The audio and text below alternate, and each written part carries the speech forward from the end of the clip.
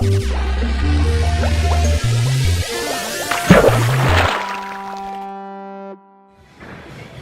Gary Schultz from Cyclone Reef. Today we're at the bowling alley up on the 4th floor at the Mall of America in Minnesota here, and we're having the Twin City Marine Aquarium Society is having a big event here today, and we're going to go through sea life and get a behind the scenes tour, so stick with us and we'll take you through it.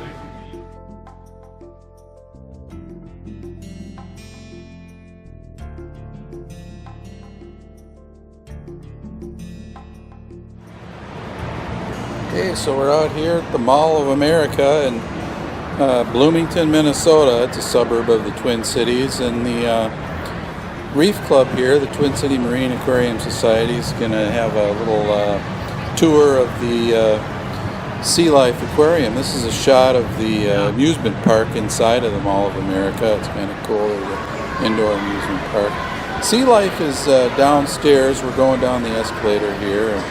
You can see the ray pool there. It's a little petting pool where you can pet and feed the rays.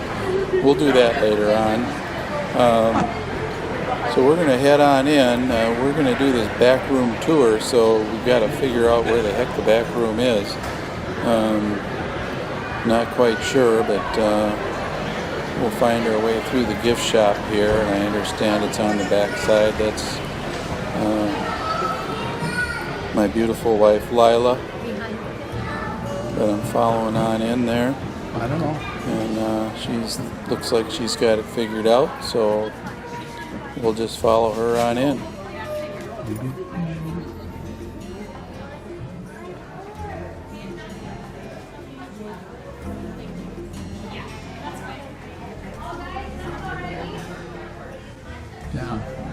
So here we are. This is basically, it's a hallway. It's got a real nice painting on the wall and some video monitors, and these are the blue doors that they're going to take us through to get into the back room. There's a few people starting to gather from our group. I think we had about 15.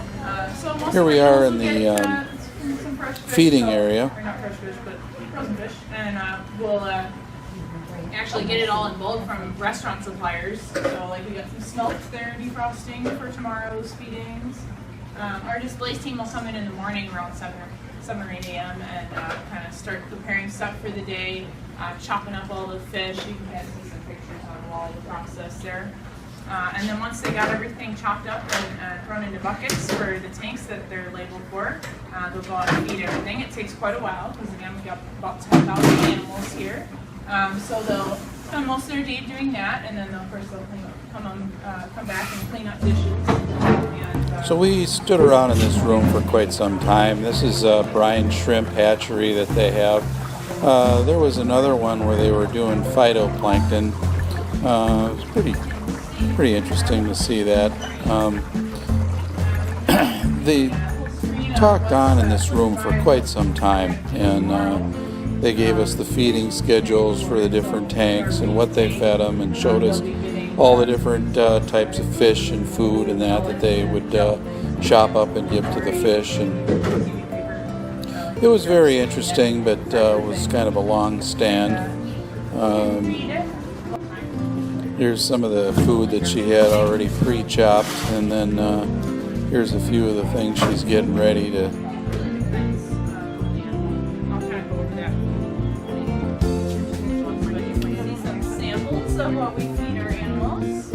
So on that tray there is basically all the types. It was interesting, these baby chicks they feed to the crocodiles. She didn't want me to videotape that. I got my hand too close to the little basket, and they told me I should go wash. Now this is a shot above the reef tanks. They don't like people photographing up here, so I was only able to get a very few shots, but you can see across the different tanks. They can actually access all the different tanks inside Sea Life from up there. Here we are down at the stingray petting area, back downstairs again, and we're going to go ahead and pet the stingrays. Maybe give them a little food. First we're going to look at the anemones. This is quite the tank. They're all cold water anemones, but Boy, they're beautiful, and they're all opened up and full, and it's pretty shallow, but boy, they had a lot of them in here. I was amazed at just the sheer number of anemones in this tank. There weren't any fish, but obviously, if there were fish in there, they'd probably get eaten. But a beautiful, beautiful tank. Oh, there's a fish right there. I take that back. There were a couple fish in there that hadn't been eaten yet.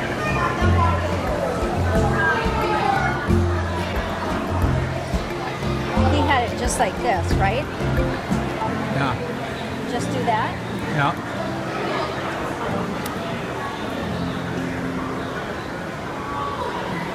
Oh, there he is.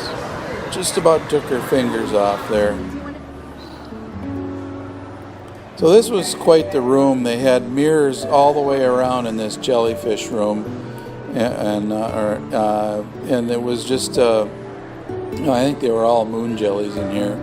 But these tanks, these cylindrical tanks throughout the room, and then the dim lighting and the LEDs in different colors in each of the tanks, and then the reflections off all the different mirrors on the walls made it look like there was, 40 or 50 tanks. I think there was only about 8 of them in there, but it was just very surreal kind of atmosphere in this room.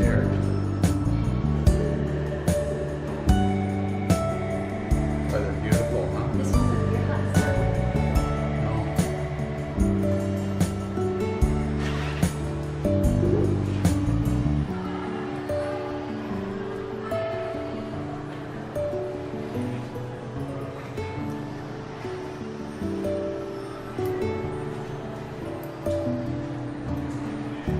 I've got a jellyfish on my Apple Watch. You can have a jellyfish watch face on there. It looks just like that. So here we're going to head on into the room with the crabs and lobsters. This was a pretty interesting area. There was a huge, huge crab in here. They called him the claw. Here he is here.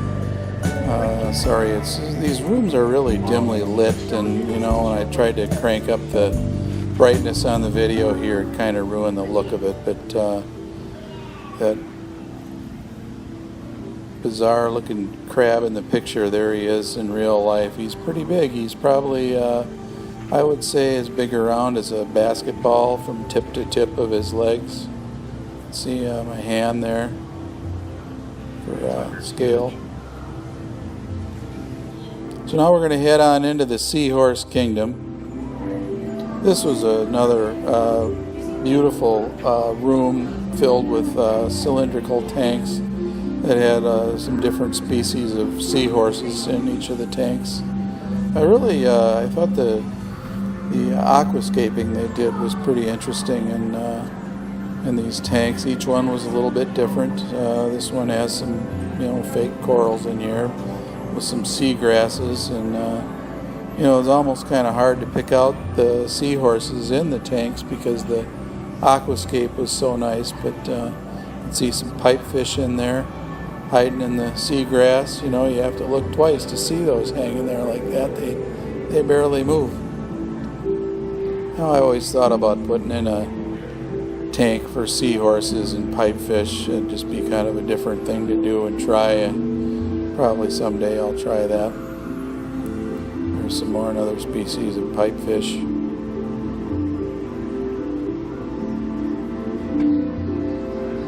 Just beautiful the way they glide through the water so slow.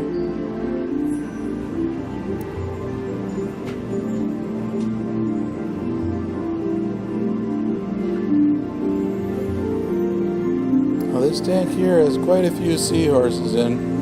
There's the little yellow guys in there. You can see them.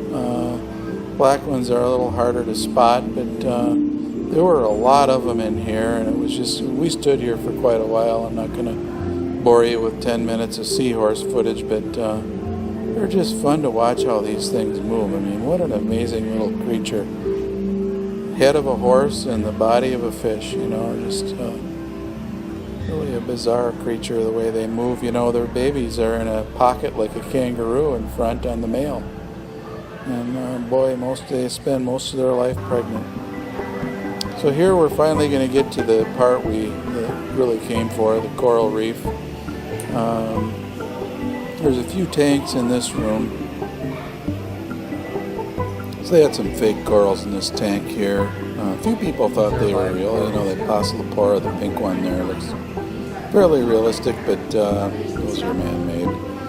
This is a soft coral tank. Everything's real in this tank. You can see that. Very few fish in this tank, but quite a few corals. It's pretty covered. There's a lot of mushrooms and frog spawn and the kind of things that you find in any soft coral tank. You know, pretty much this thing's covered end to end. Wow, look at this big drill star.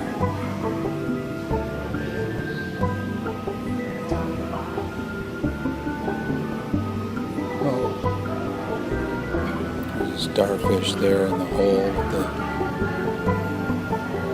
tang next to him. I think that's a false-eyed tang. If you know what that fish is, comment below. That thing's huge. Help us out a little bit.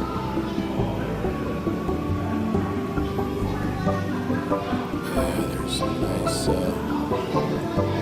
zoanthids there. The coloration doesn't come out so good in the video here, but trust me, there were some pretty beautiful corals.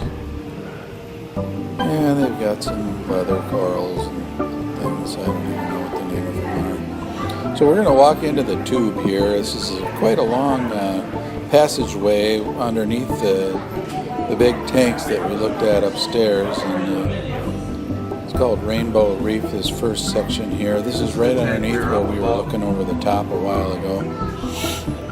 It's pretty interesting that they are able to keep these, small tangs and things along with some pretty big sharks. One of the things she mentioned was that they keep the fish well fed. Once in a while, a shark might take. There's a huge angel. I'm a big angelfish. Big tang next to him there. But anyways, she mentioned that the sharks do take a fish once in a while and eat it, but for the most part they don't really have that problem because of how much they feed those sharks. There's a black-tip reef shark, I believe, there, and swimming in the lower right corner. It's really pretty cool, you know, because they're swimming right over your head, so you can get a pretty close view of these things. It's almost kind of startling when a big one is flying by you.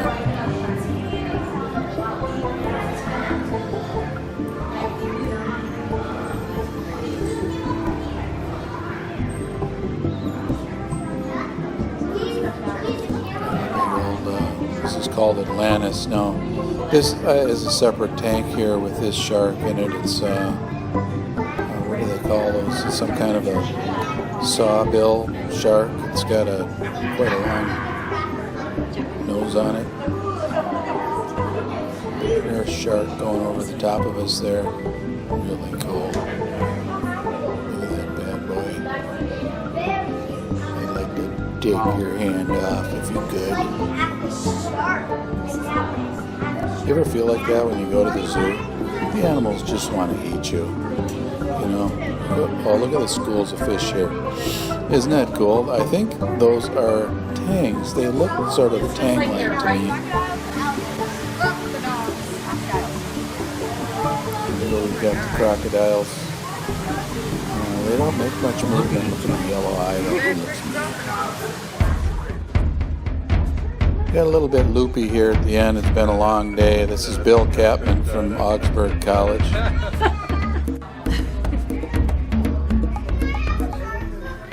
Watch this. Oh.